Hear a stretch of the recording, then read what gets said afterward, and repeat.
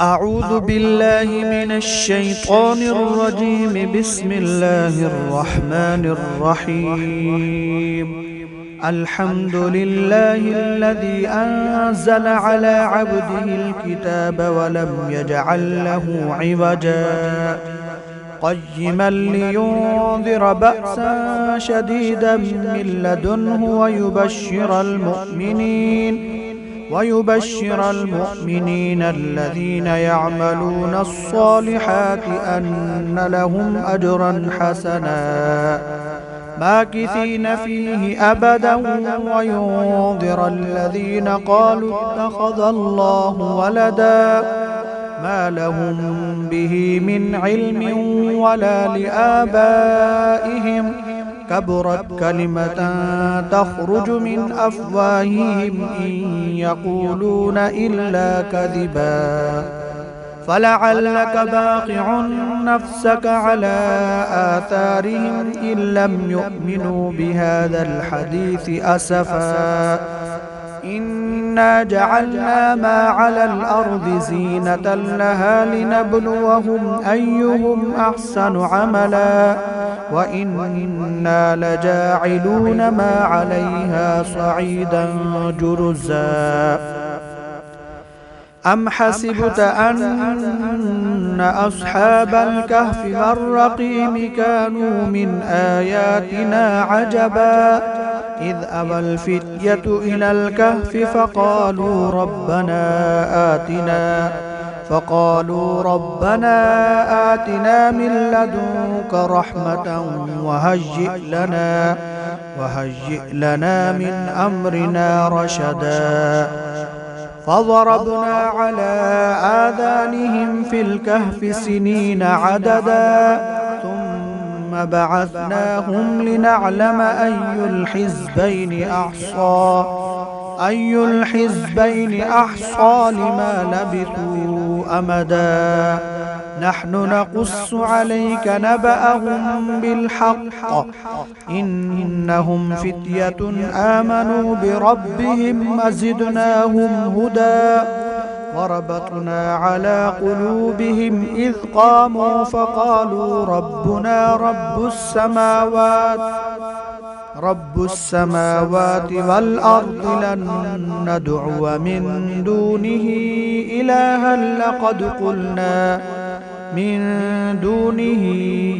إلها لقد قلنا إذا شططا هؤلاء قومنا اتخذوا من دونه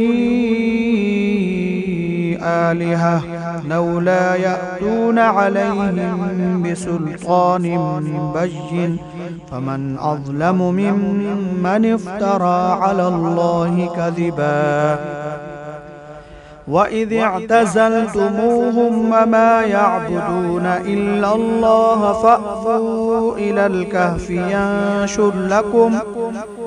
الكهف ينشر لكم ربكم من رحمته ويهيئ لكم من أمركم مرفقا وترى الشمس إذا طلعت تزاور عن كهفهم ذات اليمين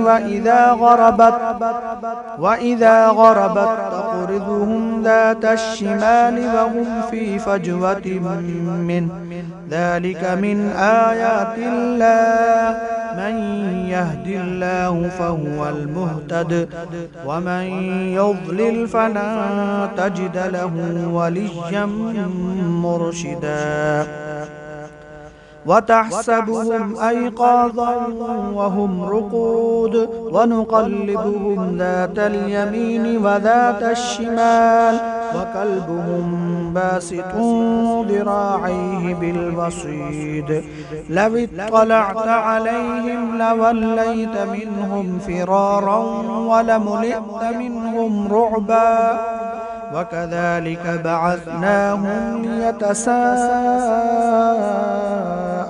بينهم قال قائل منهم كم لبثتم قالوا لبثنا يوما أو بعض يوم قالوا ربكم أعلم بما لبثتم فابعثوا أحدكم بورقكم هذه إلى المدينة فلينظر أيها أزكى طعاما فليأتكم برزق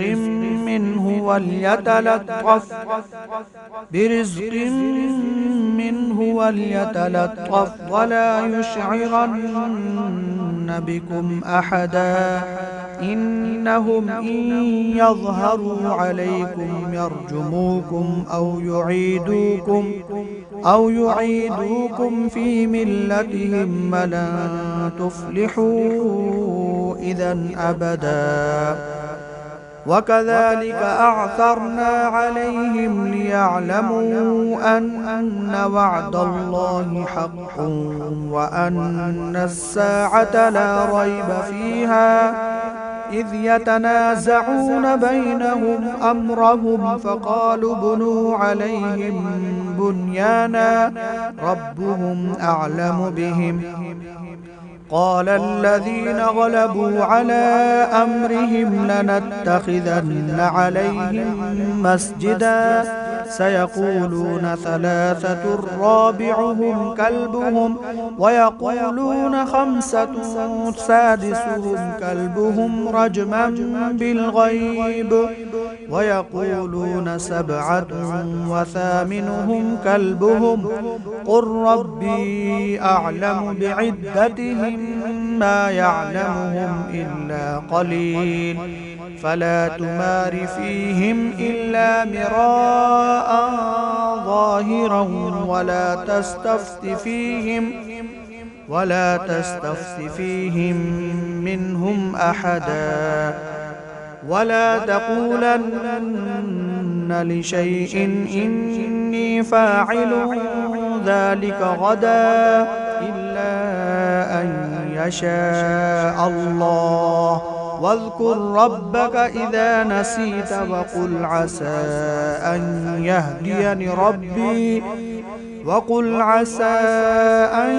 يهديني ربي لأقرب من هذا رشدا. ولبثوا في كهفهم 300 سنين وازدادوا 9 قل الله أعلم بما لبثوا له غيب السماوات والأرض أبصر به وأسمع ما لهم من دونه من ولي ولا يشرك في حكمه أحدا. واتل ما أوحي إليك من كتاب ربك لا مبدل لكلماته ولن تجد من دونه ملتحدا. واصبر نفسك مع الذين يدعون ربهم بالغداة والعشي يريدون وجهه ولا تعد عيناك عنهم تريد زينة الحياة الدنيا ولا تطع من أغفلنا قلبه عن ذكرنا واتبع هواه وكان أمره فرطا. وقل الحق من ربكم فمن شاء فليؤمن ومن شاء فليكفر إنا أعتدنا للظالمين نارا أحاط بهم سرادقها وإن يستغيثوا يغاثوا بماء كالمهل يشوي الوجوه بئس الشراب وساءت مرتفقا. إن الذين آمنوا وعملوا الصالحات إنا لا نضيع أجر من أحسن عملا أولئك لهم جنات عدن تجري من تحتهم الأنهار يحلون فيها من أساور من ذهب ويلبسون ثيابا خضرا من سندس وإستبرق متكئين فيها على الأرائك نعم الثواب وحسنت مرتفقا. واضرب لهم مثل الرجلين جعلنا لأحدهما جنتين من أعناب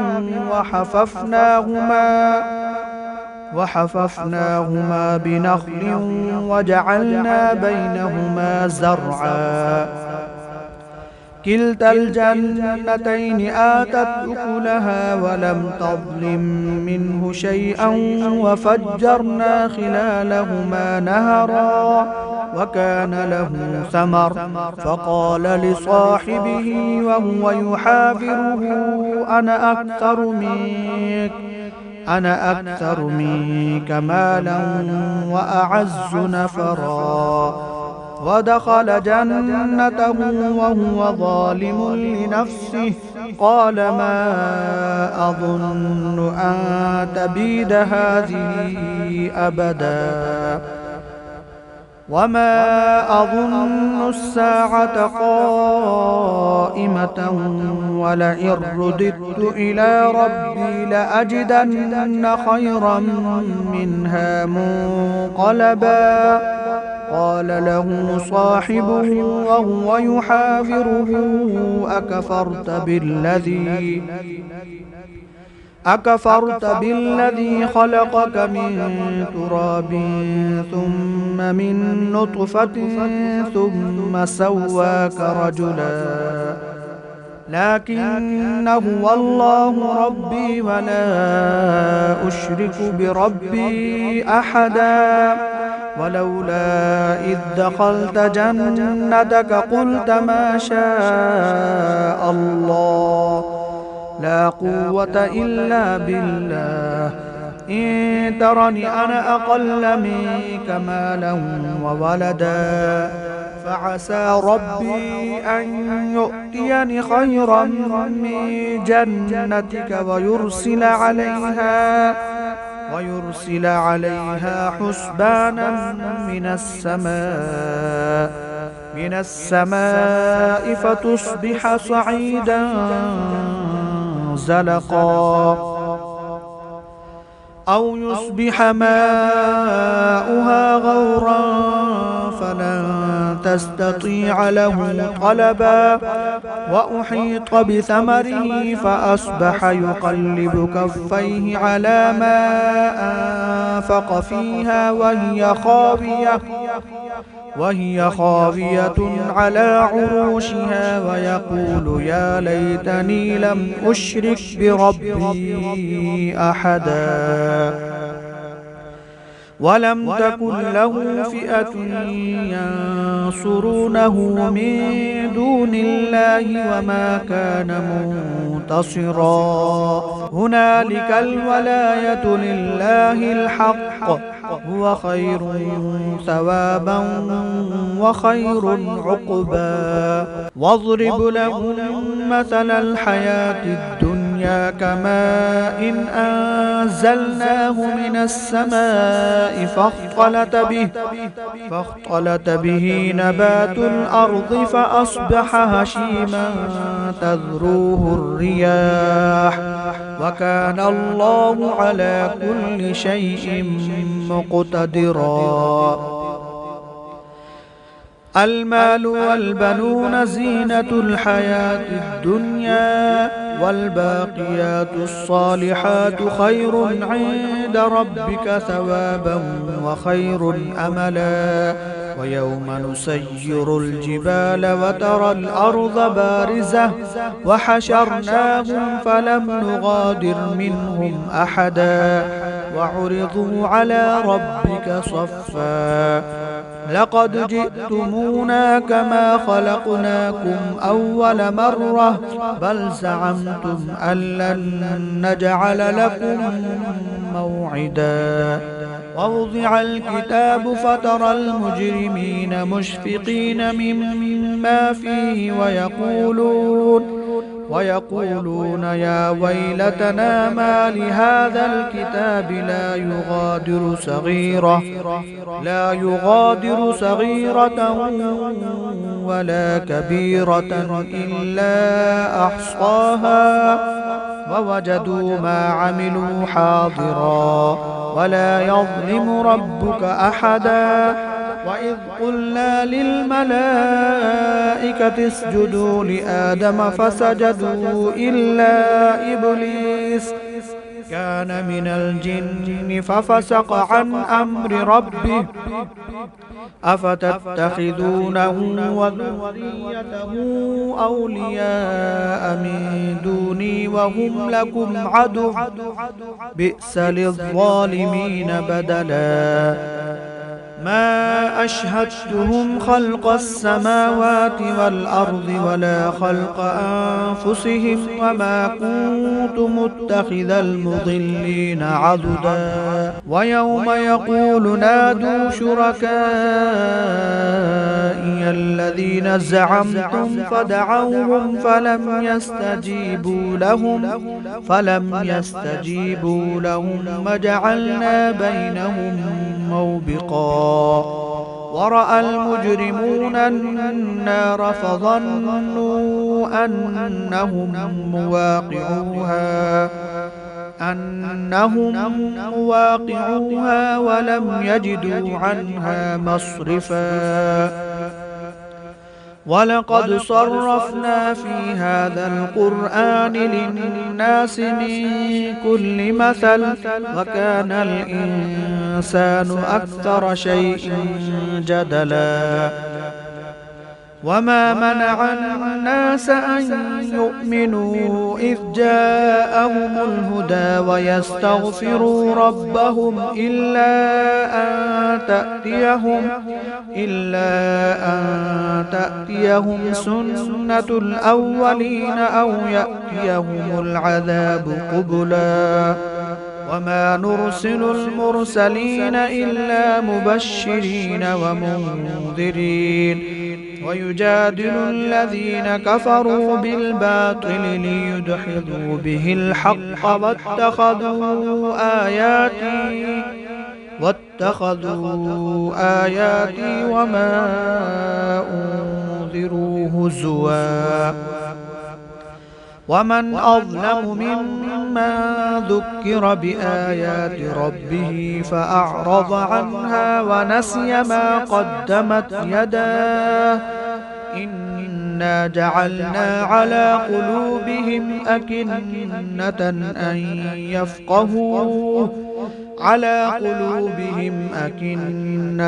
أن يفقهوه وفي آذانهم وقرا وإن تدعهم إلى الهدى فلن يهتدوا إذا أبدا. وربك الغفور ذو الرحمة لو يؤاخذهم بما كسبوا لعجل لهم العذاب بل لهم موعد لن يجدوا من دونه موئلا. وتلك القرى أهلكناهم لما ظلموا وجعلنا لمهلكهم موعدا. وإذ قال موسى لفتاه لا أبرح حتى أبلغ مجمع البحرين أو أمضي حقبا فلما بلغا مجمع بينهما نسيا حوتهما فاتخذ سبيله في البحر سربا. فلما جاوزا قال لفتاه آتنا غداءنا لقد لقينا من سفرنا هذا نصبا.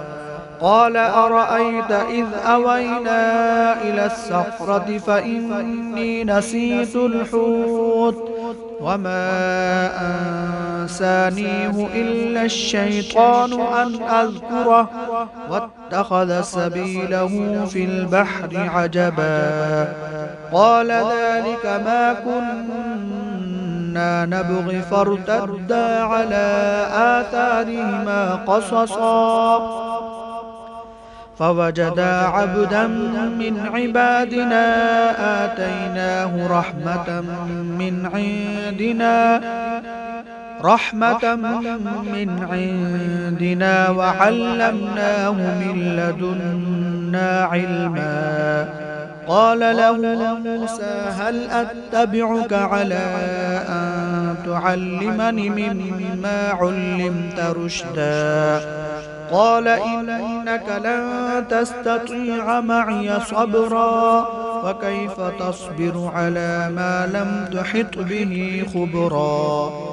قال ستجدني إن شاء الله صابرا ولا أعصي لك أمرا. قال فإن اتبعتني فلا تسألني عن شيء حتى أحدث لك منه ذكرا. فانطلقا حتى إذا ركبا في السفينة خرقها قال أخرقتها لتغرق أهلها لقد جئت شيئا إمرا. قال ألم أقل إنك لن تستطيع معي صبرا. قال لا تؤاخذني بما نسيت ولا ترهقني من أمري عسرا. فانطلقا حتى إذا لقيا غلاما فقتله. قال أقتلت نفسا زكية بغير نفس لقد جئت شيئا نكرا. قال ألم أقل لك إنك لن تستطيع معي صبرا. قال إن سألتك عن شيء بعدها فلا تصاحبني قد بلغت من لدني عذرا. فانطلقا حتى إذا أتيا أهل قرية استطعما أهلها فأبوا أن يضيفوهما فوجدا فيها جدارا يريد أن ينقض فأقامه. قال لو شئت لاتخذت عليه أجرا. قال هذا فراق بيني وبينك سأنبئك بتأويل ما لم تستطع عليه صبرا. أما السفينة فكانت لمساكين يعملون في البحر فأردت أن أعيبها وكان وراءهم ملك يأخذ كل سفينة غصبا. وأما الغلام فكان أبواه مؤمنين فخشينا أن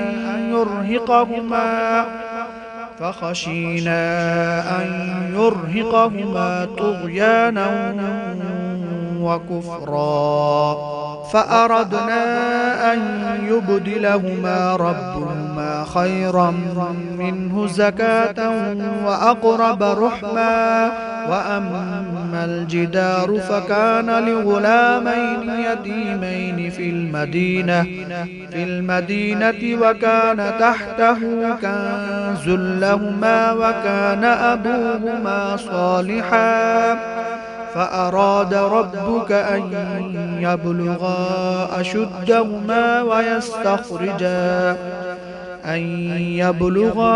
أشدهما ويستخرجا كنزهما رحمة من ربك وما فعلته عن أمري ذلك تأويل ما لم تستطع عليه صبرا. ويسألونك عن ذي القرنين قل سأتلو عليكم منه ذكرا.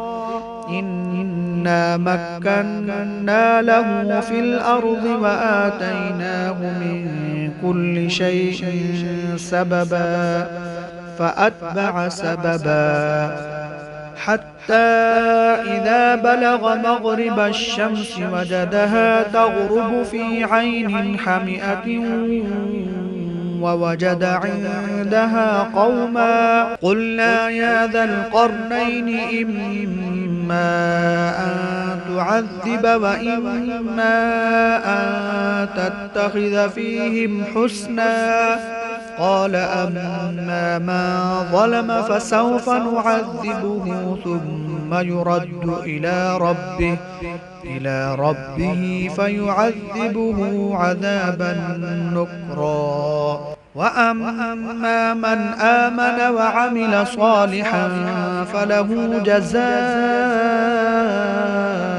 الحسنى وسنقول له من أمرنا يسرا ثم أتبع سببا حتى إذا بلغ مطلع الشمس وجدها تطلع على قوم لم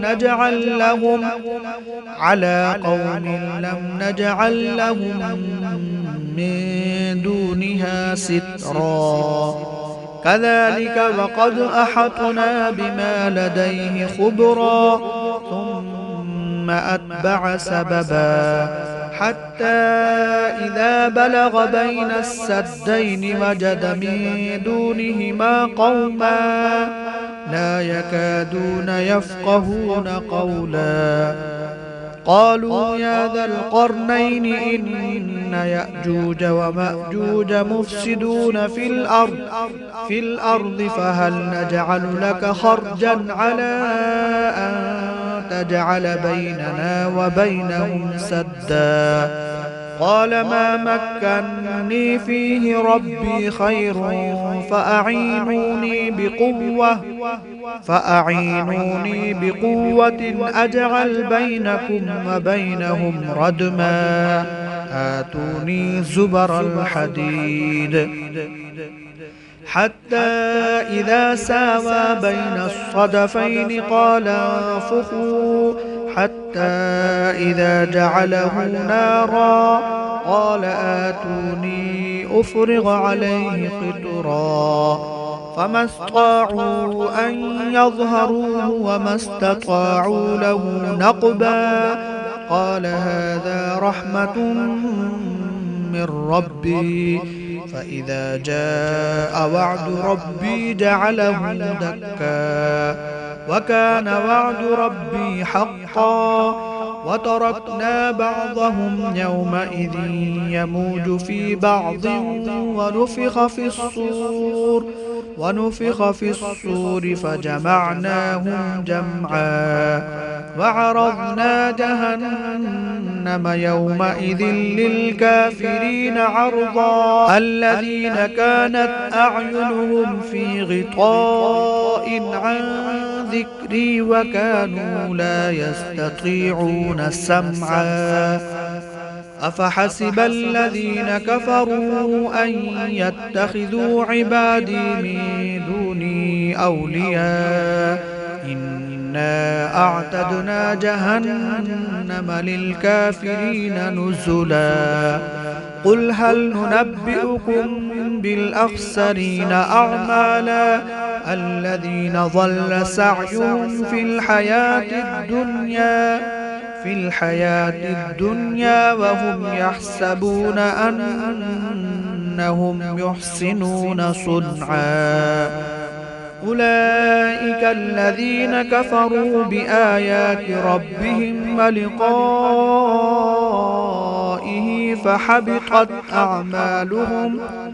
فحبطت أعمالهم فلا نقيم لهم يوم القيامة وزنا ذلك جزاؤهم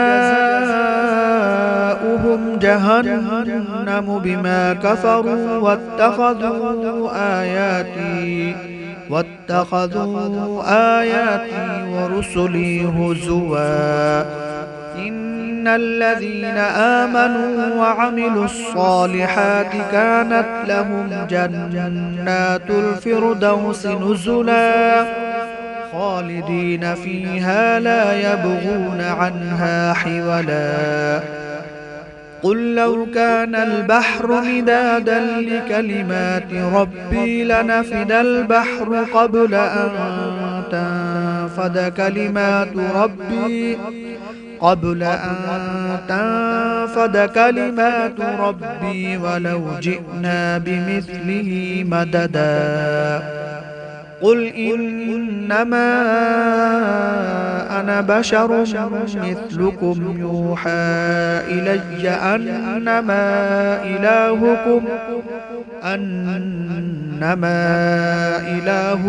إله واحد فمن كان يرجو لقاء ربه